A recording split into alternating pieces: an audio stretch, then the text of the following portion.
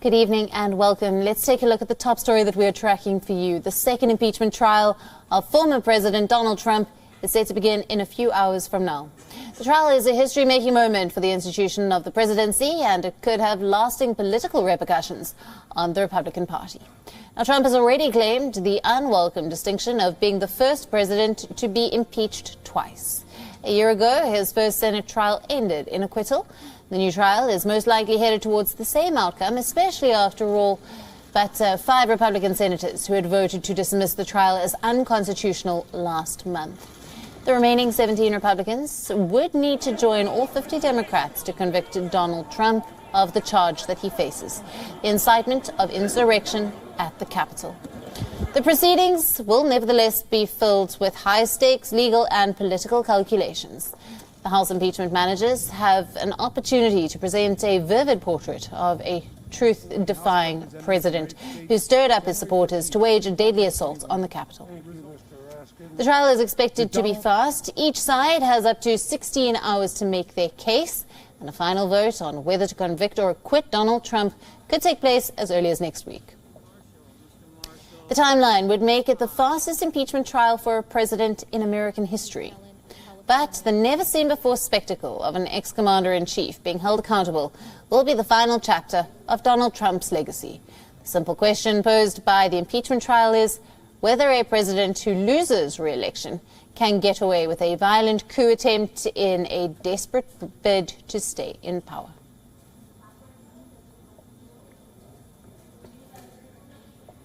For more on this, we're being joined by our correspondent, Susan Tehrani from New York. Good evening to you, Susan.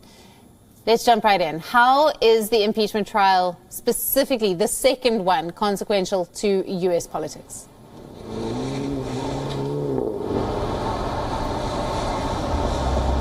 Yeah, you know, Allison, really this is all about politics, as you rightly note, for both the impeachment proponents and opponents as well, Democrats and Republicans. On the one hand, the Democrats and the impeachment judges are hoping that by doing this, keep Donald Trump in the spotlight for as long as they can, because in any ways the hatred for Donald Trump is their unifying power right now. And, you know, to go along with this impeachment trial, which he probably won't be convicted, but nonetheless it will sort of loom over the Republican Party. It'll take away from discussions regarding how divided the Democrats themselves are between centrists and progressives, and on how much division there is for passing Joe Biden's policies and whether or not it's, again, progressive or not, or it could move forward. On the other hand, for the Republicans, they also are going to be walking on eggshells at least until 2022, when there are midterm elections here in the United States, and it will decide whether or not Congress, House of Representatives, will be dominated by the Republicans or the Democrats. On the one hand, if the Republicans really choose to back Donald Trump, there may be many suburban voters who would want to see them move away from the Trump party and to a more conventional Republican Party. But on the other hand, if they sit back and not support Donald Trump, well, 74 million Americans did vote for him, or at least the party that he was representing. So do you alienate those voters as well? So a lot of it has to do with votes. We'll hear, as you mentioned, the defense, and we'll see what the charges are against Donald Trump.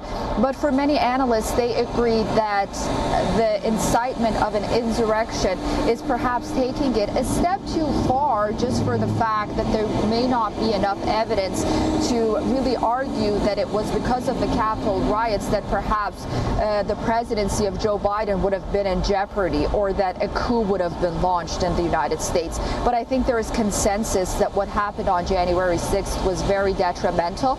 It put into question the legalities of America's voting system, which is very dangerous considering the fact that there were no evidence of voter fraud.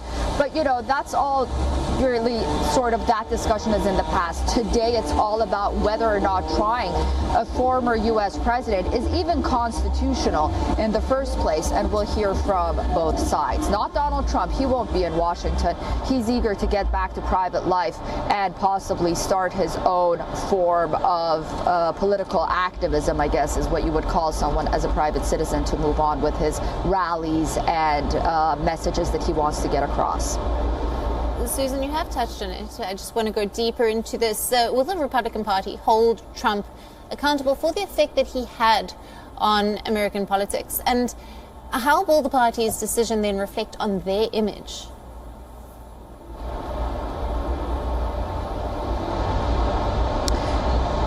Yeah, that's an interesting question, because it all depends on who you ask, really, at this point. In a polarized environment that we are right now, the Republicans will probably say that they all agree that what happened during Donald Trump's rally that resulted into the violence on Capitol Hill on January 6th was unacceptable. But on the other hand, I think the Republican Party is also conflicted on the fact to trying a former president or not, and on the constitutionality of this. And it will probably, for the Republicans that do support Donald Trump and do support, that path, this will be detrimental in a way that Donald Trump will be acquitted, and they'll have more ammunition and more points of argument to make in supporting, Donald Trump's Republican Party, so to say. And for conventional Democrats, they're going to be in a tough spot if Donald Trump gets acquitted.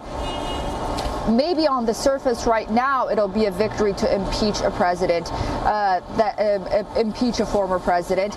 But in the long term, then when the Republicans hold control, they can probably do the same thing for the Democrats. And it kind of sends an off-putting message for Joe Biden's message of unity that, both sides could come together and reach a consensus. But I think a lot of people are watching the Republican Party to see which way they'll move, and we'll have to see. But the implications won't be just for the Republican Party. It will be for the Democratic Party and Biden's message of unity as well. After all, he could have told Nancy Pelosi not to go on with this impeachment proceeding, and Nancy Pelosi would have agreed, but he didn't. So it sort of puts both parties at a stage and in a position where they can really be judged. But I think the Republican Party will stand united after this more than before, because once this is over and done with, how are you going to play the Donald Trump card again?